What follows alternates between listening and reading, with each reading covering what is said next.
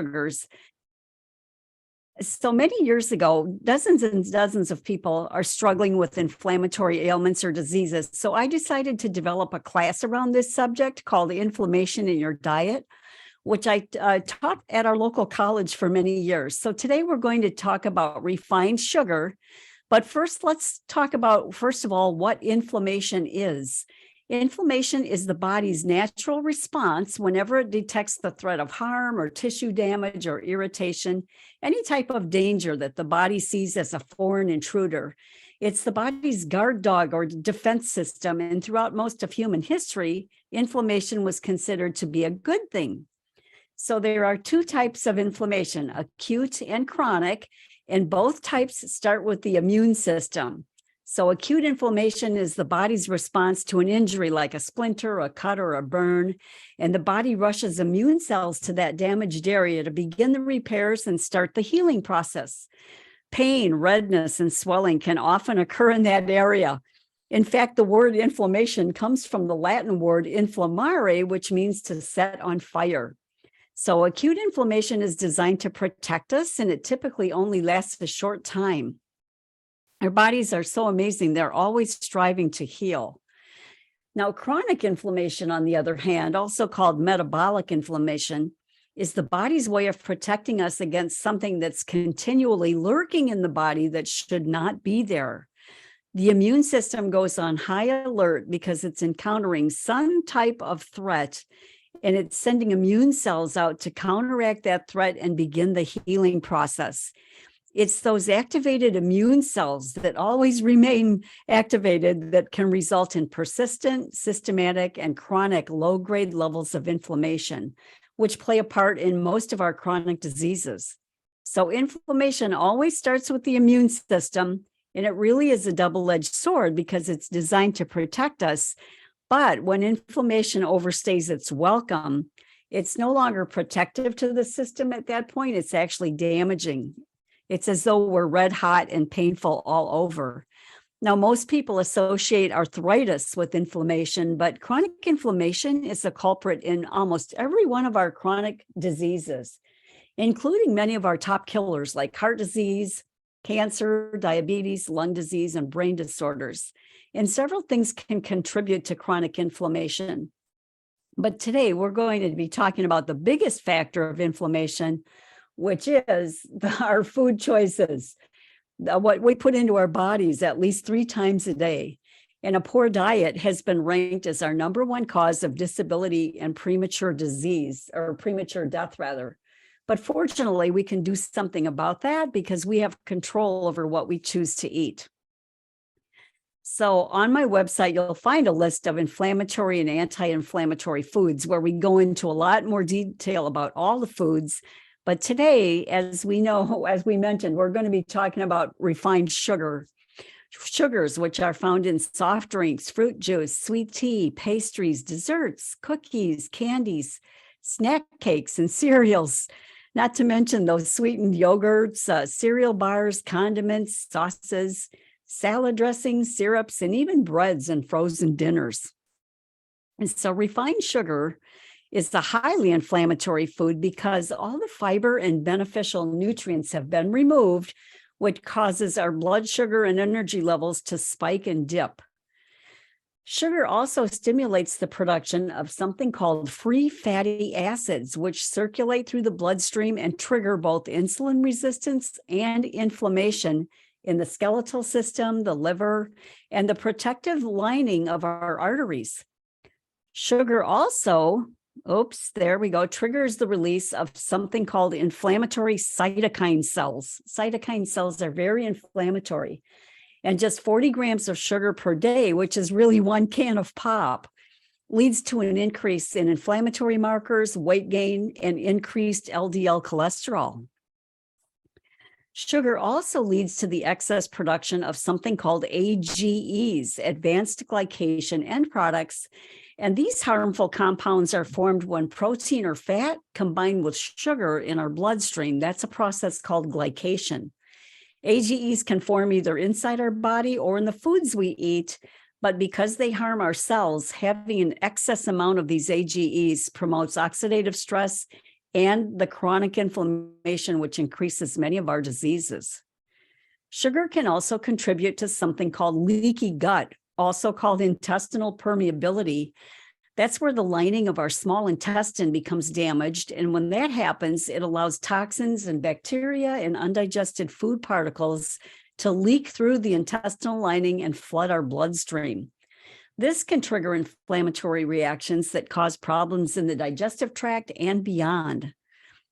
Sugar also feeds the yeast and unhealthy bacteria that not only prevents leaky gut from healing, but also can lead to further irritation and therefore more inflammation. And lastly, sugar greatly contributes to weight gain because diets that are high in added sugars lead to excess weight, and having that extra body fat is also linked to inflammation because our own fat tissues release those inflammatory cytokine cells. So as you can see, refined sugar is rated as a highly inflammatory food for a number of reasons, and it's pretty much in all of our packaged foods. So let's take a look at how you can tell how much sugar is in a processed food or packaged food. And the first rule of thumb when it comes to label reading is to never, ever believe the words on the front of the package. Manufacturers are notorious for making claims and other assertions to lure you into purchasing their unhealthy products. So these words mean basically nothing. We have to read the ingredient list to get the true story. So here's how we can tell how much sugar is in a product. Okay, so there are 4 grams of sugar in 1 teaspoon. So to identify how much sugar is in a product, you simply find the grams of sugar listed on the nutrition facts label there and divide the grams by 4. So here's the can of Pepsi, and you can see on the label that the can of Pepsi has 41 grams of sugar.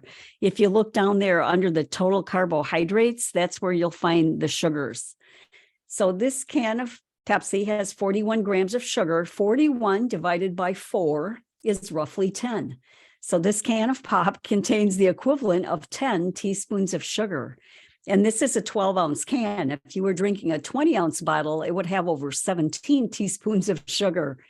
And we can tell by the ingredient list, if we turn our head sideways there, that the main source of sugar in this pop is high fructose corn syrup, and it says sugar, which is refined sugar. And both of those are highly inflammatory sugars that we want to avoid. Now, a product can have natural sources of sugar, like from dates or fruits, and those are acceptable. But unfortunately, most labels don't distinguish between natural sugars and added sugars. Sometimes they do, but most often you'll only see the total sugars listed there. That's why we have to look at the ingredient list to discover the source of the sugars. So here's an example of Golden Crisp cereal. And in this case, they do tell us the amount of added sugar. So we see here in the nutrition facts box, if you look down under the total carbohydrates, you'll see 21 grams of sugar.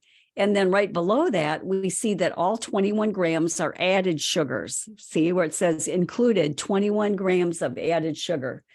So this product doesn't have any natural sugars like dried fruit, for example. All 21 grams of sugar are coming from the added sugar.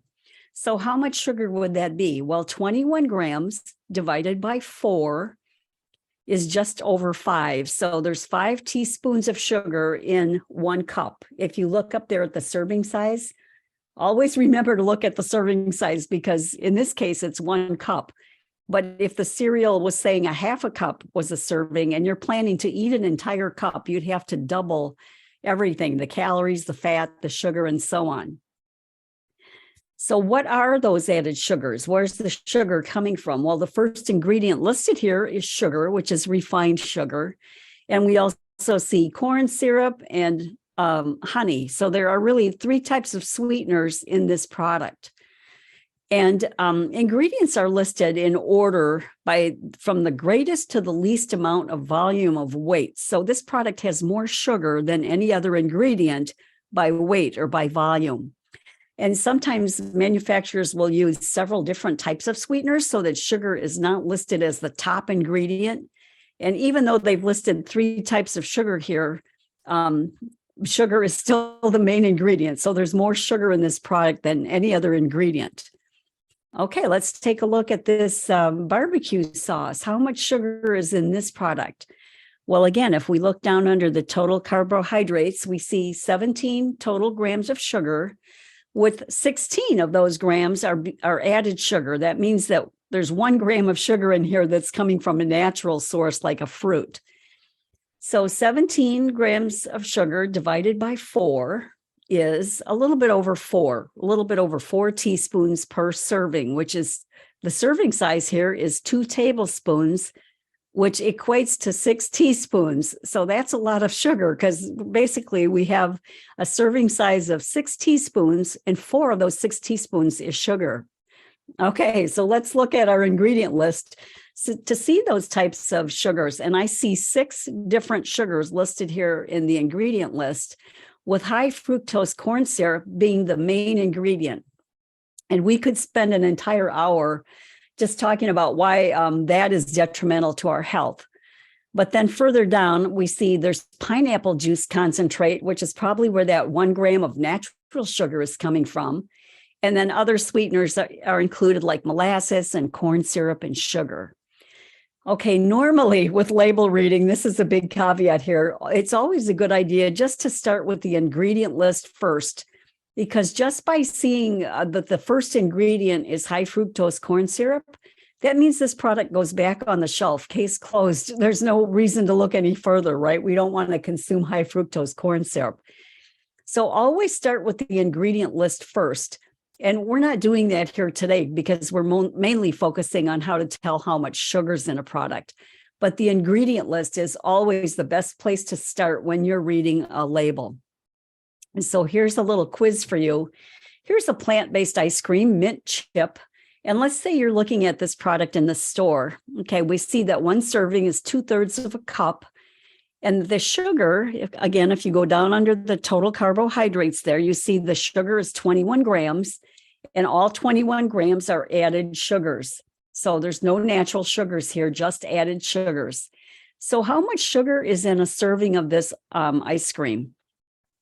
Well, 21 divided by 4 is just over 5 teaspoons per serving. Okay, so let's next look at the ingredient list here. What are the sources of sugar?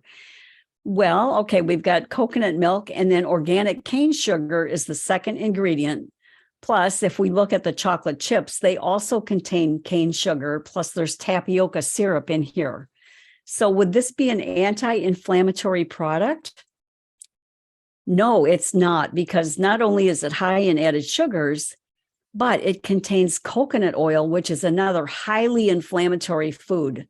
So while this plant-based ice cream might look enticing, and it sure does to me because mint chip is one of my favorite flavors, this simply cannot be considered a healthy product.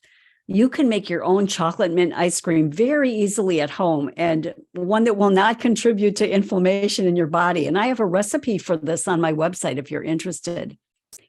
Okay, so I wasn't going to veer off today. Typically, we're just talking about sugar, but since I mentioned the coconut oil, I just want to tell you how quickly you can tell how fatty a product is.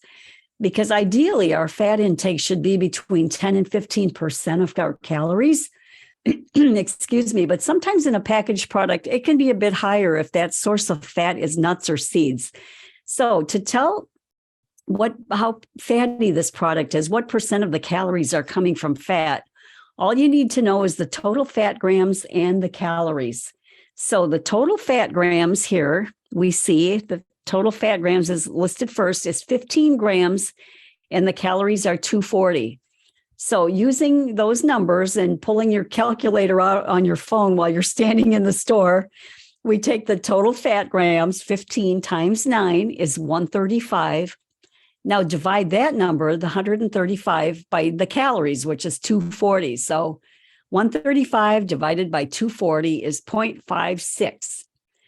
Now you could times the 0.56 by 100, or just mentally move the decimal point over 2 spaces so that the 0.56 becomes 56. So this product is 56% fat, which is really high. And if we go back to the ingredient list, we see coconut milk listed as the first ingredient, which is 90% fat. then sugar, then coconut oil, which is 100% fat, and then the chocolate chips also contain coconut oil. So we can see why this product has such a high fat content. And just to note here that coconut products are not just high in fat, but they're very high in saturated fat, which is ranked as the most pro-inflammatory food component. So coconut oil has double the saturated fat as lard. And again, this product would not be anti-inflammatory, that's for sure. So back to the topic of sugar. What are some acceptable sugar substitutes? And as Chef AJ likes to say, the fruit, the whole fruit, and nothing but the fruit. And dates are amazing because they're a whole food that's great to use to sweeten desserts and sauces. And by blending dates with water, you can make date paste, which can also be used to sweeten desserts or hot drinks. Date syrup is another option with sweet fruits like bananas, cherries, mango, pineapple. All of these fruits make delicious sundaes and ice creams and cobblers and pies and puddings. Bananas can also be mashed to make banana breads and muffins, and you can use unsweetened applesauce in a recipe. So what about those natural, less refined sources of sugar like maple syrup and molasses or raw honey, which of course isn't vegan if that's a concern for you, or unrefined cane sugars like turbinado sugar or sucanat? And the general school of thought in the majority of the plant-based world is that these products are okay in moderation to use in recipes or to add a little sweetness to the surface of your food. But it's important to distinguish the difference between food and treats, right? We don't want to overdo it with the treats, but you certainly can enjoy occasional healthy smoothies and desserts. Okay, so let us go on. I'm going to just talk for a minute about stevia right here because it's a natural sweetener derived from the leaves of the stevia shrub, which is native to Brazil and Paraguay. But according to Dr. Greger from nutritionfacts.org, stevia, our gut bacteria can transform stevia's properties into a toxin, which can spike mutagenic compounds in our colons. However, stevia is considered harmless if we stay under 2 stevia-sweetened beverages a day. And monk fruit is another plant-based sweetener, but I advise you to check out Dr. Greger's website for information on monk fruit before you decide to ingest it. Okay, so here's just a few of the healthy desserts that we can make by using natural sweeteners: raw apple crumbles, sundaes and sorbets, chocolate mousse, carrot cake, cookies, brownies, banana splits, berry crisps, and dessert smoothies. And I'm going to skip this part here because we're running out of time today, but there are tips for avoiding refined sugar. Swap out the sugary drinks. You can sweeten plant-based yogurt with frozen berries, use fruit-based vinaigrettes without oil and sugar. Find cereals with under 4 grams of sugar per serving, or better yet, swap out the cereals for steel-cut oats and rolled oats. Watch out for those condiments that are high in refined sugar, and you can replace jelly with banana slices on a PBJ if you'd like to. So refined sugars, bottom line, have been stripped of their fiber and nutrition, and then they've been added to these processed foods, and they contribute greatly to inflammation, plus heart disease, cancer, diabetes, leaky gut, weight gain, and so much more. Natural sugars that are found in starches, fruits, and other whole foods have not been linked to inflammation. So let me share my website with you where you can find much more information. I'm sorry I went through this rather quickly today because we're restricted on time. So my website is sidnotter.com. And there you'll find a free webinar called 3 Food Mistakes Which Lead to Painful Joints, Excess Weight, and Health Problems the Doctors Aren't Solving. There's a free PDF there too, 10 simple dessert smoothies all made with dates and natural sugars. So check that out. Free 21-day meal plan. My book is there. It's called The Plan A Diet, combining whole food nutrition with plant-based nutrition with the timeless wisdom of Scripture. And I have an inflammation and your diet class available on my website under the courses tab. And if you use the coupon code TAKEOFF50, you'll get 50% off that class. So thank you so much for your time and attention today. I'm sorry that we rushed through, but I was having a computer issue at the start, and then just, those technical gloonies or whatever they're called, they get in the computer and put a glitch in things sometime. But I invite you to go to my website, or if you have any questions at all for me, my email address is sidnotter@sidnotter.com, and I would love to answer your questions or help you in any way. So thank you so much, Mike and Denise. If that's it, I don't know if there'd be any questions today, or even if we'd have time for that.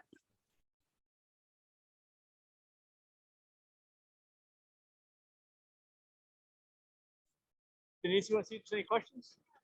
We'll chat. Anyone have any questions for Sid?